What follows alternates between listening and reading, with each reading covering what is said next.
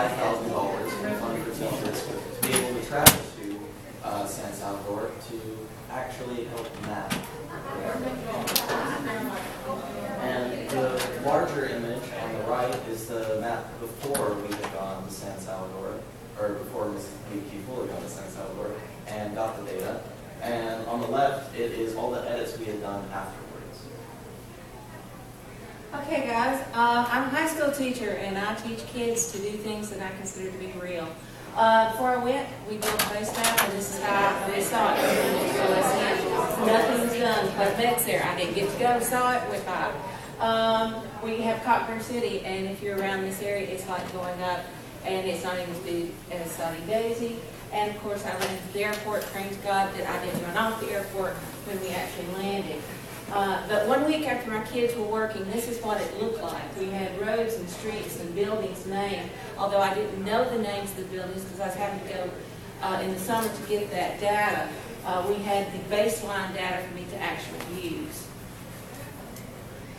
Well, we map buildings, roads, sailing, lakes, rivers, coral reefs, the Guerra Center, airports, addresses, how many people lived in each home, and the weapons. This is our class doing what we do best. Benefits of OSM GIS. It's free. Everybody likes free. You can edit it from anywhere on your mobile device, smartphone, anything that you have. You don't need a special program. For GIS, you have to have a special program. You don't have to ask for data. It's already there. For GIS, it's cost thousands of dollars of data. Other shows can't find out to obtain the layer data that they need for your GIS, and we were able to compute the picture on your left is what Ms. Keith, before Ms. Keith came to San Salvador in the summer, and the right is the improvements on the very special specific features. We mapped the decimal plans in San Salvador. The Great Lions, we had to move them to be able to map what was under it, and then move them back. There were many problems that occur with OSM just because free imagery and things like that. There's cloud cover in some locations, and actually what was under this was a airport, and this cloud cover was absolutely massive, and it covered way more than the airport. But you can see that the mapping actually had to stop there, and we weren't able to complete that section. There's also other people who don't know what you're doing in this area that will affect your mapping. And one of those people was Little Brother. He was somebody mapping in Long Lake. This was the lake that I was working on. And he put very many nodes and points along the way, and they were offset to the left a bit too much. However, he was using a different program, we now know, and his imagery showed different imagery to ours.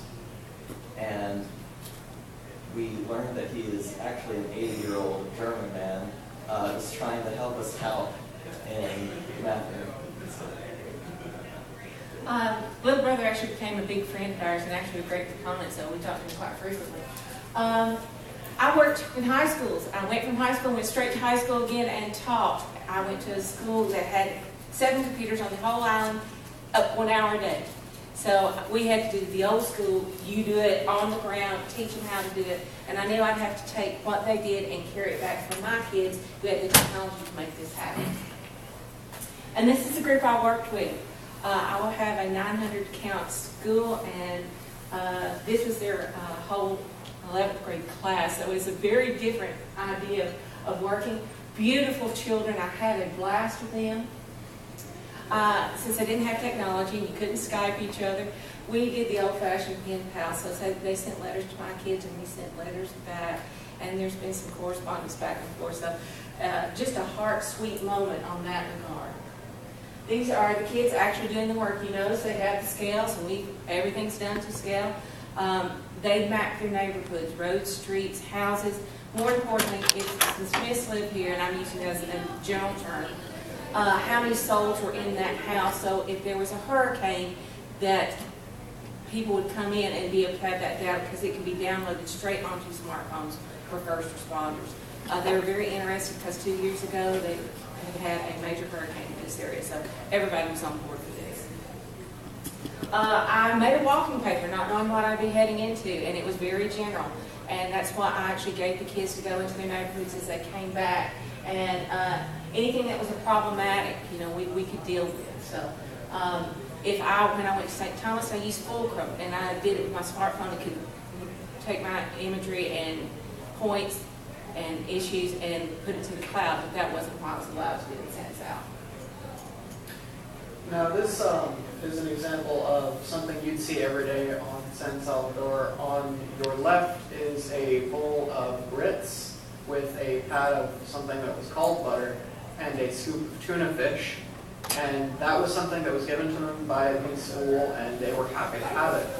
On your right, that is a bowl of red beans and rice, and this is from the internet. Everything looks better on the internet. So that one is a very nice example of what it would usually look like. But this is something they would basically be having every day.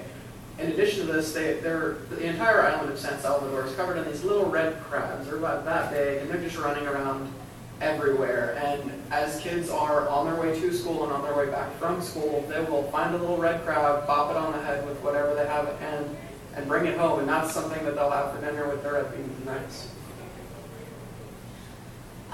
The principal, I worked with her a lot. Matter of fact, the last day I made her graduation ceremony PowerPoints. She said, when we finish this, we do my home area in the Bahamas. So Cat K is next year's assignment. To have an individual saying you did good work, please do it for my home place. It makes a big difference. It says the work is there. So this is how you get to OSM. You can just do a simple Google search for OSM Task Manager. After that, you're greeted with this page. This is the OSM Task Manager, and you just want to log in at the top right. Then you can choose a task, and what you want to do is choose a task that you're interested in or that needs help. And at the top right, you can see the actual percent that is completed, and you want to go for the less percent possible so you can get the most work done. And after that, you want to choose a tile to lock. This will basically lock out other people from editing your tile. And the gray tile means that it is uncompleted. Yellow tiles mean that it's probably completed, but it needs to be validated first. And then the green tile means that it is completed and updated.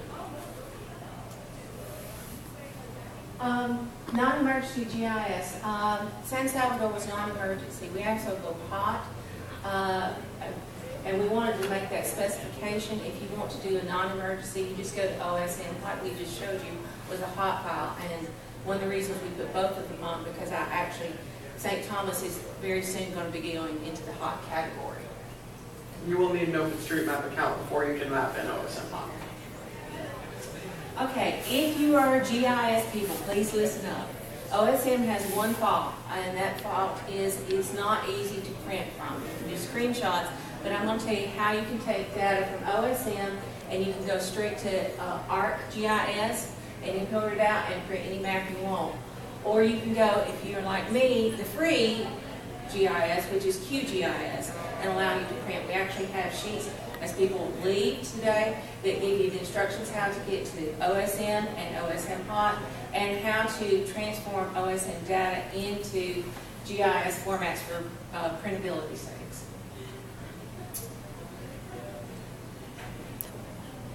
Okay, the next place I went was mapping in St. Thomas, the Virgin Islands. You think I was going to have a hot time there? These here are kind of pictures of examples of why we map and why we map for a cause. I mean, imagine your house being on fire, and the only way that the fire department can get to you is by following smoke. I don't think that would be very accurate. Or you have a heart attack and somebody needs to know where your street is or your address is. It would be clearly impossible to find. And you think those are problems we don't have. Guys, St. Thomas, St. Croix, and St. John are U.S. territories, and this is happening.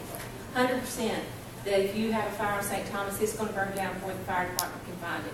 The fire department doesn't even know their address. This is the map I worked with. I worked with a company. They were here in the States, and every one of the pinpoints is where I did work.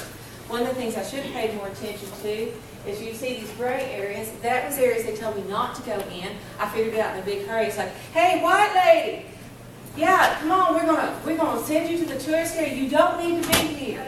And so I figured out that probably that was a good time for me to move on. But we did lots of work with those people who go to St. Thomas and go to the beaches. I went to work for 8 hours straight in the sun and walked the streets. There is always problems in the Caribbean.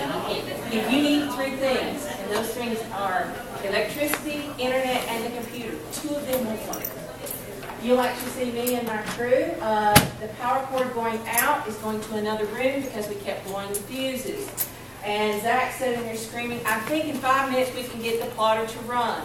If you think we had Lux accommodations, I'm sorry. One of our crew members, actually, this is our couch, and he also slept on it at night. So, college students, I understand how you have to make things work. I was living that dream also. This here is where we mapped in St. Thomas. You can kind of see how we went in, and we put actual names on the buildings so that you can see which building is what, and we also went in and added streets and put in street names and things like that. So why are we here? I'm here on a mission. There's too much work to be done. I'm called 8 to 9 times a day with HOT and other people saying, can you help us? I have a huge contingency of 90 kids I can throw at the problem. We've done everything from mapping escape routes to Syria, to Ebola, to mapping in Lesotho, for hurricanes, for tornadoes, whatever the case may be, we can become HOT. And I think more people should be involved in this. Guys, you're looking at 15, 16, 17-year-old kids right here talking to you about what they think is important. They're leading us. I may be accused of doing 90% do and 10% teach, but sometimes I think we do 90% teach and 10% do. And we really should be coming in the middle to make the difference. Okay, that's pretty well it. I'll entertain any questions you may have.